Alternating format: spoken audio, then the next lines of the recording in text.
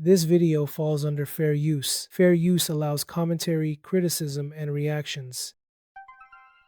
What's up, everybody? So today we got Kenny Smith and NBA legends breaking down exactly why Michael Jordan is better than LeBron James. Stayed with Jordan. Now, This is what I want you to do, man. I want you to rank these three players. Okay. Number one being the best, so on and so forth. Jordan, LeBron, Kobe. Oh. How do you rank that? Right now, I go Jordan, Kobe, LeBron. Really, though? Yeah. Who's the best player in the NBA right now to you, Kenny?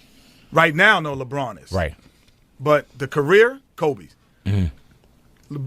Michael's, it's like if you went to music, you would say it's Marvin Gaye. Then you might say Charlie Wilson. Mm-hmm. Then you say, okay, R. Kelly, but he emulated what they did. Right. Michael Jordan was what Marvin Gaye was. Like he set the Right. He set the table of what it was. These are the comparisons. Yeah, right. So he put the blueprint down, so it's easy to kind of follow the blueprint after it's put. Michael cut his own blueprint that we hadn't seen before. And he was the first great athlete that was a great technical player. Mm. So, like, he had his correct hand in the passing lane, correct footwork, defensive alignment. I'm still coming over. And most guys who are great athletes, they don't do that. They say, I'm going to jump over you and run fight. He was the first that put both together at the perfect height at 6'6". So he could play with the big guys, he could play with the small guys, he was fast enough and he was big enough. The complete basketball player ever built was Michael Jordan. I heard that. So you go Michael Jordan, Kobe Bryant, LeBron. I would go Michael Jordan, Kobe. You see how delayed that? You see how delayed that response? Kobe, right? Then a distant second. It's a big set. To tell him certain things were his weaknesses, and then the next year they'd be the best thing of his game, the best part of his game. That to me separated him from anybody else. And guys, like, to me, what he doesn't get credit for than anything else is that he was the most fundamentally sound basketball player and the best athlete. Usually the best athletes are not the most fundamentally sound basketball player. I look at LeBron, honestly. I look at Kobe. I see the incorrect hand in the passing lane. I see the footwork at times was great, but I see, well, that might have been a walk. That might have been a travel. I see, balls on the weak side. I don't see they have one foot in the lane on the other side on defense. Like, I noticed all those great things that when you're not a great athlete, you have to do. That Michael did. To me, that's what made him the best basketball player in the world. And you definitely learned that probably from being at Carolina. And I think the person who pointed out, I think it was his dad. He said, "You want to motivate Michael? Tell him something he can't do, and he's going to prove it to you that he's going to be better at it than you or anybody else in the world at it." And that was a line that stuck with me when I was as a kid. When it came to the critics, not just using it in a positive light. There were clips of Magic Johnson, there were clips of Larry Bird, and those guys were great in their own way. Hall of Famers, no doubt, first ballot. And they were openly admitting that Jordan, Larry said, that was, referenced that, that was God dressed as Michael Jordan when he had the outburst in game 2 of the Eastern Conference playoff first round series. Magic Johnson said it. I think people say that now about LeBron, but it felt like it took so much time to get to that point where people are admitting LeBron's the best in the league. And obviously there's still an argument now, but it seemed as if the league's superstars, Bird, Magic, it didn't take them too long to admit something that I didn't anticipate a competitor admitting like that. I know LeBron James fans won't like this, but here's the thing. LeBron will never be even close to Michael Jordan, and that is facts. Well, because defenses were different also in that era, where you could hand check, you could hard foul, you could do things to slow guys down. But his fundamentals outweighed all of those things. And so you couple that with the athleticism, the greats of the greats understood that he was impossible to guard. I don't know if this is going to be part of that documentary. Remember the illegal offense where you can't have 4 guys lifted on one side? That's the Michael Jordan rule. Oh, okay. Because the Bulls used to say, okay, there was a league rule that you had to play defense and you had to be an arm distance of the man instead of zones, because zones were illegal then. So it's like no zone, but you got to at least be an arm's distance of your man so we know you're not a zone. So the Bulls was like, okay, if you're going to do that, we're going to isolate 4 guys on the other side of the floor up top and have Michael play one-on-one, and you have to be arm distance of your man. So they were like, no, that's illegal offense, because he could score every time if you lifted 4 players up. He was scoring at a clip that was incredible. So they were like, no, that's illegal offense. You can't do it. To me, the greatest players of the world have rule changes. That's what, to me, separates. So, like Wilt Chamberlain, they expanded the just this history lesson here. They expanded the length of the 3-second lane because of Wilt Chamberlain for him to score. Kareem Abdul-Jabbar, the no dunk rule in college. Like, you can't dunk. This guy's too great to dunk. Michael Jordan, illegal offense. That's crazy. Like, it's illegal for him to have the ball and everyone else up top. That's illegal. Like, to me, that's when you know you're a GOAT. Now, if you haven't had a rule change, don't tell me you're a GOAT. All you LeBron James fans, you need to accept this. This is straight truth. Jordan's legacy will always be untouchable. We look at guys today and we say, oh, wow, he had a great game. He was 9 for, 23. He had 32. Michael, when he led the league in scoring at 36 points, 35 points a game, he shot over 53% from the field. So, like, the logic that a guy who's shooting over 53% is averaging 35 points a game, and you're giving him more possessions, that to me was too much for teams. That's what made them 70, that 79 win team or whatever it was. I mean, them crazy numbers, 72 win teams, because they were getting so many extra possessions for a guy who was shooting such a high clip. Michael didn't take bad shots.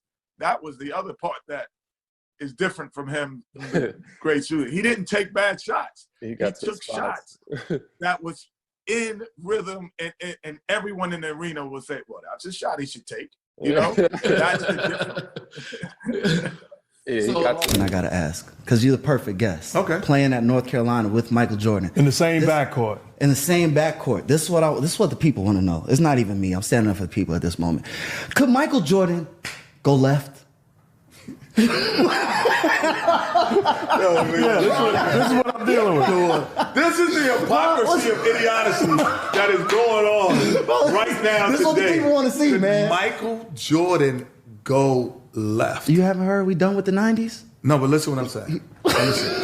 Help him. I'm messing with you. I'm messing with you. No, you serious. No, I'm not serious. I'm not serious. You know what that would be like? That's like saying, can Prince play the guitar? That's a great word. Like, yeah, he had people in the band that played it. Yeah. But then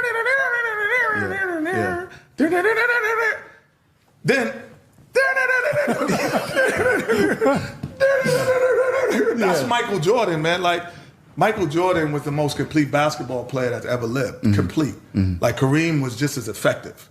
Certain people could be, LeBron at times could be just as effective. But the most complete basketball player that ever lived is Michael Jordan. Completeness. Preach. So, like, his ability to do every aspect of basketball at the highest level.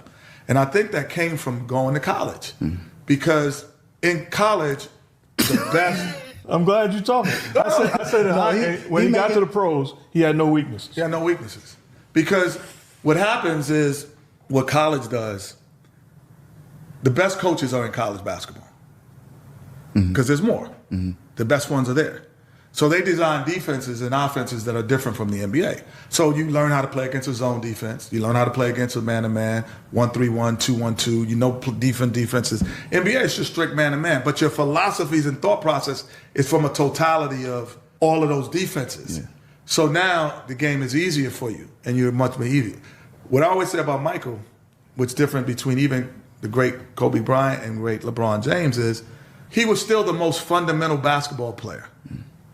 Like, LeBron's IQ is crazy, but the most fundamental, when you watch LeBron, you don't always say he's most fundamental. Yeah.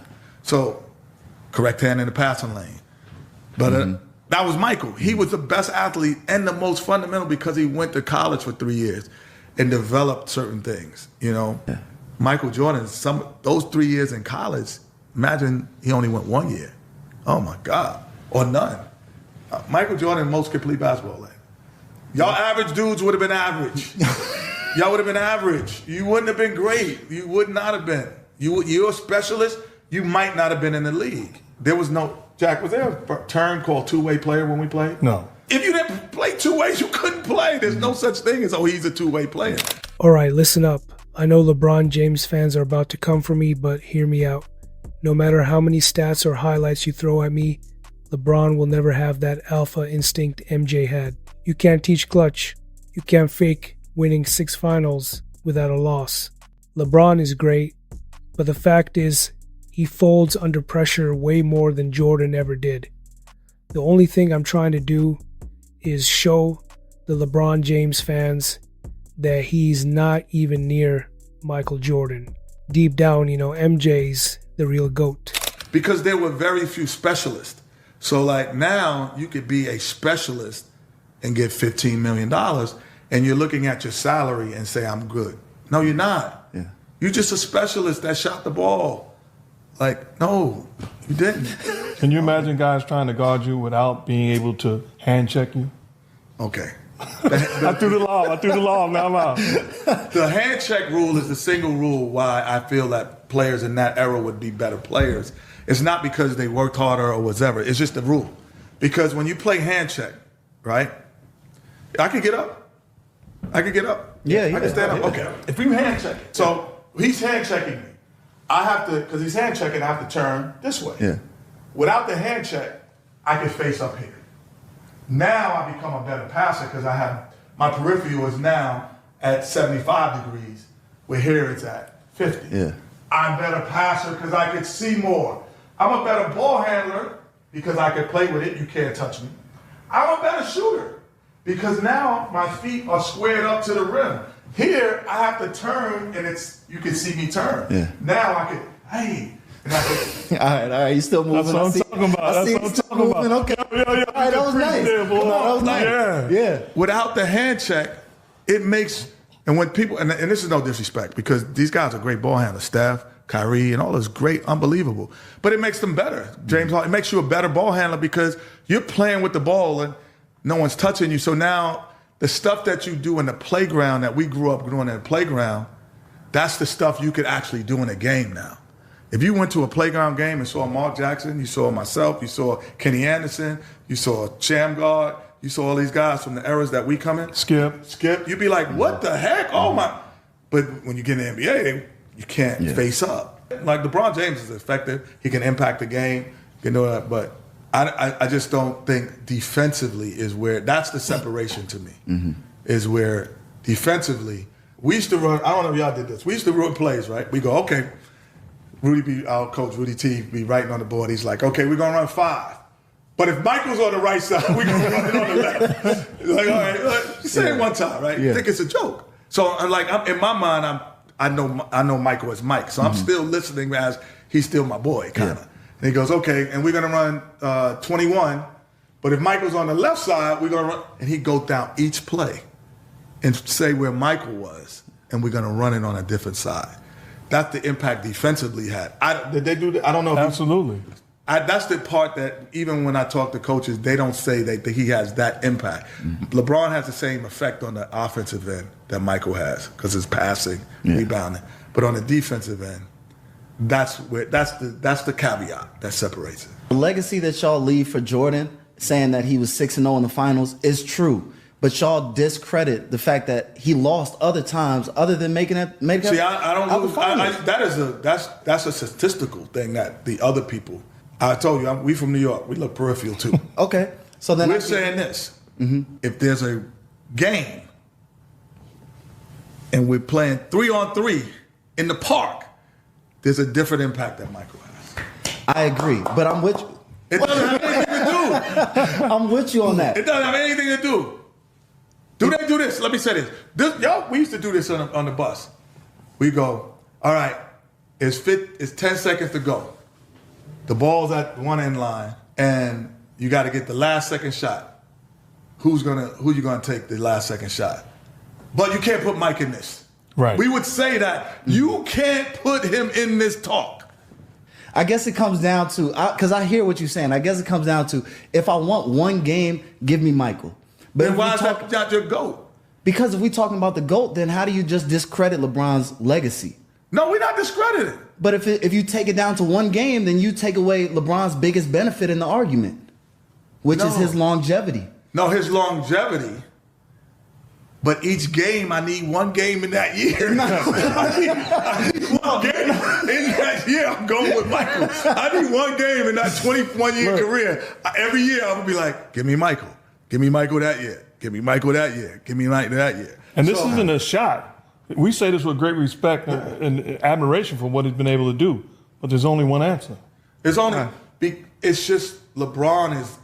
I've never seen anybody to play this high level this long. I've never seen that. Yeah. That is the GOAT of longevity. Yeah. Like, because the high level that he's playing at. But the best basketball player, if you take a 10 years that ever existed. What's up, everybody? There you have it. That was NBA icons breaking down why Michael Jordan is better than LeBron James. When you really look at everything, the impact on the game, the clutch moments, the championships, and the way MJ completely changed basketball, it becomes clear why he is still considered the GOAT by so many. Jordan's 6 NBA Finals appearances and 6 championships without a single loss show a level of dominance and consistency that LeBron has not yet matched. That kind of perfect record in the finals is almost unheard of in any sport. Beyond the numbers, it's the mentality that Michael Jordan brought every single night that sets him apart. The ability to perform under intense pressure and deliver when it mattered most is what made him legendary. We've all seen highlights of MJ hitting the game-winning shot or taking over the fourth quarter with ice in his veins. That competitive fire and relentless drive made his teammates better and opponents afraid. LeBron James is an incredible player. There's no denying his talent and versatility, but when it comes to replicating the cultural influence and lasting legacy that Jordan created, LeBron still falls short. Michael Jordan didn't just dominate on the court, he revolutionized how the game is played and how athletes market themselves off the court. He became a global icon and brought basketball into a new era. From his scoring ability to his defensive skills and unmatched leadership, Jordan was a complete player. The way he led his teams to multiple championships and consistently delivered in the biggest moments separates him from the rest of the pack. LeBron has his strengths, especially size and passing, but championship pedigree and clutch performance are what define greatness, and in that category, Michael Jordan will always be king. When you watch these NBA legends break it down, you see the respect and admiration for what Jordan accomplished and why they believe his greatness is on a different level. The debate will always exist, but facts, legacy, and impact tell the story. MJ is the standard. LeBron is great, but Michael Jordan set the bar so high that it would take a lot more than talent to ever surpass him.